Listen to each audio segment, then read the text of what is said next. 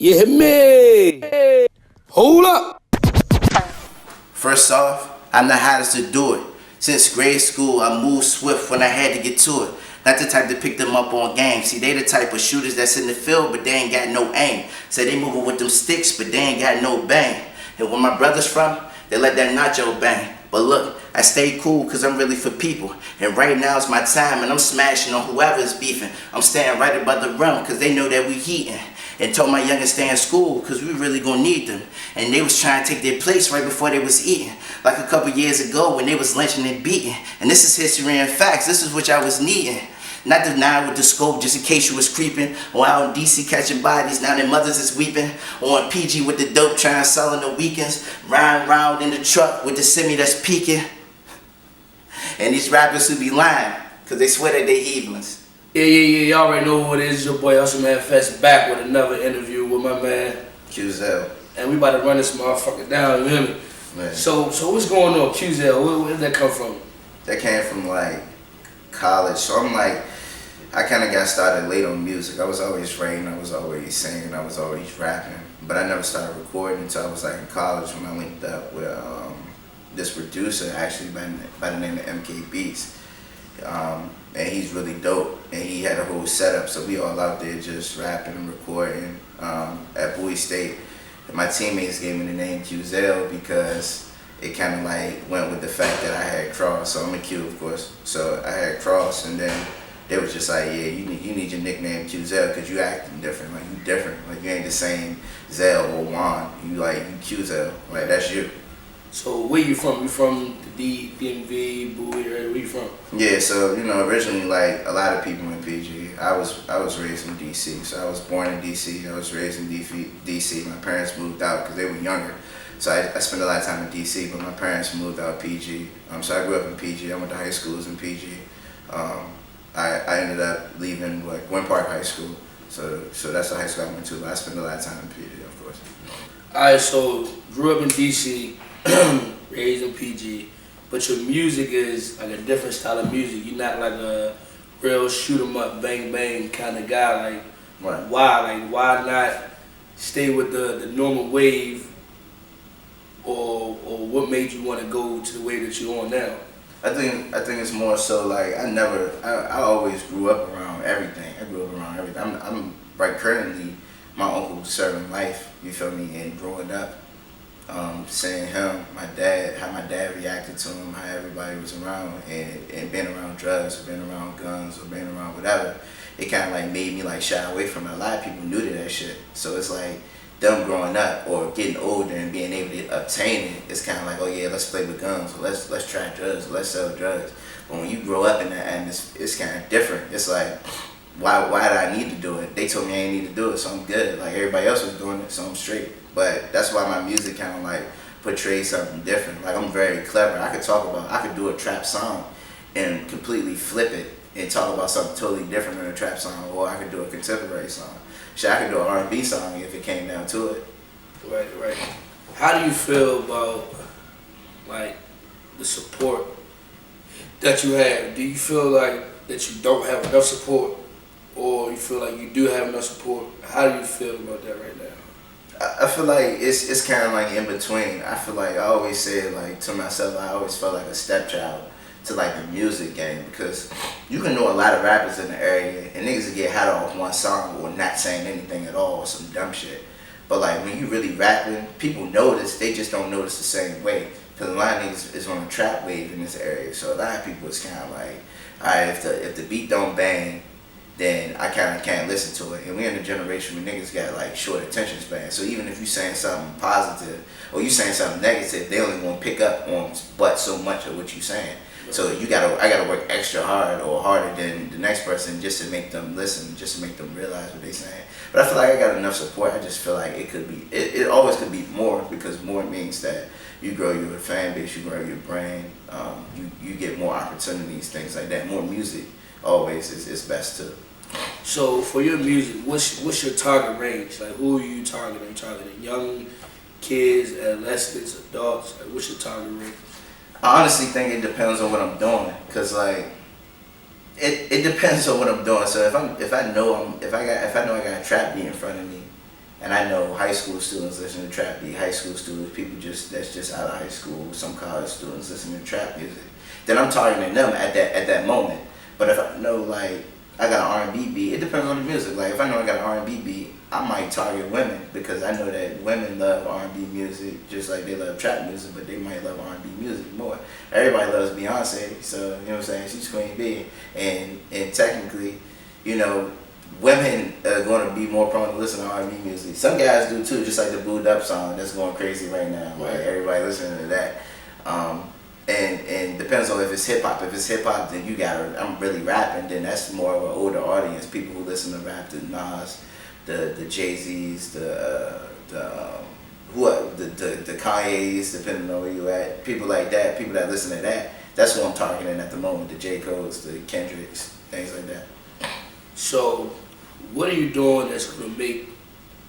Right now, your music's not being played in the clubs and stuff right now. Right. Are you looking to make songs that are going to be played in the club, or are you just going to stick to your own lane and have stay on your target plan to get to where you're trying to go? Yeah, I think it's more so we're trying to branch out. Like everybody that's around me has different ideas, different opinions about what I should be doing, how I should be doing it. So it's kind of like it's only going to matter if it actually works, because people have plans and ideas all the time that they implement, but it only works out in your favor at the right time. So I'm currently making music that could be played in the club, but is it going to actually be played in the club and people won't fuck with it? And if they don't fuck with it, where should it be played at? Or I'll make a song that's supposed to be played at certain environments. I could go make a birthday song right now, really, but are they going to is it going to be the right birthday song? Because a lot of people are repetitive with music, and music changes. So it's kind of like, what are we listening to right now? So I think my music being played in the club would be what people are listening to right now. And I would have to either match it or do something completely different. If I do something completely different, there's no guarantees with that. But you got to be versatile in music if you want to make money. So, of course, I'm always looking to play music in the club, or music at parties, or music at wherever. Shit, we can make elevator music if that works. You know what I'm saying? So what is your overall goal for your music career? Where do you see yourself going? What is your plan? I think right now I'm being very patient, just making the music, getting the sound together.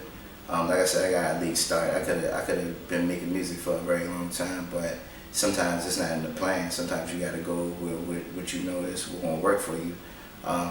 And I think my overall plan is to really get down a solid base, a solid album. Videos is really key for me right now. Like, I'm pressing videos. Like, I need videos. It's not no in between about it, because the music is there and everyone can recognize that the music's there. But without the video, without the visual support to help the music, it's kind of like non void. So you can play the music all day long, but it's not going to hit the club probably until you make a great video. Great songs need great videos, and that's what we're focusing on right now. And I also think that I just have to be patient, because I think it's going to pop at the right time. I'm not in no rush, honestly. I'm getting money, so I'm good, but it could always be better. Right. So, fun fact about QueZel, fun fact about QueZel, you're a teacher, right? Yeah. And so, I recently seen on your page you did a freestyle.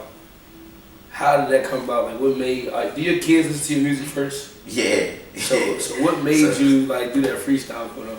I kind of I was chilling in class. So when I first got there, I'm chilling in class, and they're like, "Oh yeah, what you do?" I'm like, "So you connect with them?" So I'm connected with them. So I'm like, "Yeah, I make music. I do other stuff. I play sports in college, things like that." And they're like, yeah, you make music? No, you don't. I'm like, yeah, but I can't give y'all no links, because I don't want y'all going to find my music. Then y'all running around here telling everybody. Right. So a couple of days go by, and then they come back like, yeah, it's you. So I'm like, damn, they found my music. Now what am I supposed to do now? So, and I can't really tell them not to listen to it, because that's a part of me. So it's kind of like when you have somebody that's in front of you that's supposed to be mentoring you or teaching you the right things to do or how to do it, then I can't tell them, no, don't listen to my music, because then I'm trying to tell them that I'm doing something that I'm not actually doing, if that makes sense. Like, I'm doing something that I don't want them to listen to. If I want them to respect me or connect with me, then it's cool if they listen to my music. I'm not out here going crazy talking about things I'm not doing, so it's cool if they listen to the music. And I think that kind of helped me too, right? Because I think about the age range and the people who listening to it. and they kind of like couldn't, and they can connect with it. So I know that it's not going in a bad direction. I know that we're going in a good direction, and the generation needs to be picked up. And that's where the freestyle came about, where nobody was doing work, and I'm like, yo, like I can't sit in class and not do no work. Like you gotta learn something. And I teach TV production, so it's not even like I'm doing anything over the top. I'm teaching TV production. I'm teaching them how to like videos and movies and things like that, because I'm also a director. So I'm like, look, y'all do y'all work, and I freestyle. They're like, all right, whatever. I said, the majority of y'all do y'all work, I freestyle. So I get to talking, we listening through beats. I let them pick the beats, so we going through beats, and they're like, yeah, this the one. So I'm like, all right, bet. It's like a minute left of class. So I'm like, all right, here you go right here. And I start freestyling, and then I say some things, connect with them, try to get them like understanding, and then I throw a higher level word in there, just to get them like thinking like, all right, you ain't gonna do it. And then I close out with talking about money and connecting it with school. So I'm like, school and money equivalates depending on who you are, because sometimes you need education to make money. So that's kind of like how the freestyle was. But we had to work our way through it after, of course, but they picked the beat and everything like that. So you in this industry, it's a lot going on right now. How do you feel about this 6ix9ine Tekashi thing that's going on right now? I think it's a little crazy because... Cause me personally, I think it's smart. I think he's a smart dummy. Okay, yeah. Because he's doing the dumb stuff, but it's building his buzz up. Yeah. And this networking is like, it's shopping his music around. Right. Because I'm beefing with Chief Keef, and none of Chief Keef's followers have ever listened to my music. Right. Now I'm beefing with Chief Keef. Everybody from Chief Keef is want to know who the hell is Tekashi. Yeah, so, exactly. What do you think about that? I honestly think it's the craziest thing to do, but I think for him it's working, because at the end of the day, he was always known for like from very jump. He was kind of like known for like saying and doing random stuff, even with the hair, even with the tats, everything. He just randomly, even when he went on the Breakfast Club and was going crazy, like, this is who I am, like I'm not changing. They out here looking for me, but you know what I'm saying, they looking for me and I'm young, like these old heads looking for me. So I'm like, it's crazy what he doing, but it works for him. It wouldn't work for everybody, because some people, they really won't go find, you feel me? But for him, it works because he's a younger rapper, he in the game, he wanted to beef, he's getting his money, he got a couple of top hit singles. There's nothing that you can really... He got like, I think 7 or 8 billboards. Yeah. It's nothing. 7. Yeah, there's nothing you can really say and do or take away from that, outside of the fact that, yes, he's out here beefing with people he probably shouldn't be beefing with. But at the end of the day, it's an industry of beef. So it's like, if you can get hot from doing it, they gonna do it. If they know they can press a button on it, they gonna do it. Me personally, I'm not just your average rapper. So if you beefing with me, I'm not gonna go on social media and, you know what I'm saying, going back and forth with you. I'm going to make the track. You going to get a track. It's going to be a track made. And if I say what I say on it, I'm going straight for the head. It's not going to be no in-betweens about it. So you either responding or you not responding. But I'm not doing all the weird stuff. Like, I'm not going to do no extra weird stuff. But I'm going to go, if it's rap, it's rap. It's a competition. It's a sport. You either in it or you not. That's real. So what's next? What's going on next? You got any videos dropping? You got any music dropping? What's next? The summer coming up, so I kind of talked to you earlier about it, or the other day about it, but we trying to get the videos done. I'm about to go to the studio probably today, like right after we get done, go to the studio, make some songs. We're working on a tape. Gotta get some features done, and then you never know what comes from there. Definitely some shows gotta get done. But this summer is really looking up. You know what I'm saying, just being patient, working on everything. And trying to put it all together, just being smart about the moves that I'm making. Like, you could throw a lot of money into one place, or you could spread the money out and make it work for you. Okay. So where can they get your music? Where can they follow you? Tell them everything. All right. So iTunes, Spotify, Tidal, pretty much everywhere. Google Play, wherever you can find music, you can find me. SoundCloud, YouTube for the videos. And follow me on IG at QueZel _QueZel _. Instagram is QueZel. Same thing QueZel. And yeah, just connect with me. I'm cool. Like, I don't be tripped. Like, if you say something, I'm gonna respond. I know I need a couple of his followers. I know they love music, things like that. So let's connect. Let's build. Is there a single coming out? Any singles coming out? I'm not gonna drop a single. I'm gonna drop a whole tape. I have some singles that are out if y'all want to go get them. So it's On Your Mind, which I should go get them because it's On Your Mind. Famous is really key. Famous, actually, we're gonna do a video for Famous. Famous video is probably like one of my pressing needs right now. That's what I'm really working on because that whole tape is called. It's an EP. It's only a 2-song EP, but it's called Be Right Back. And Famous and Tug of War were like going crazy. Like people really listening to them. It's getting a lot of streams right now. And I really want to do the video for Famous. It's like I want to do some like women empowerment thing. But you gonna see it. When you see it, you gonna know. Okay. So y'all already know who it is. It's your boy HustleManFatz, the people's voice, and I'm out of here. You say I'm always on your mind. Oh yeah, that happens all the time. You say I never wanna hang with you.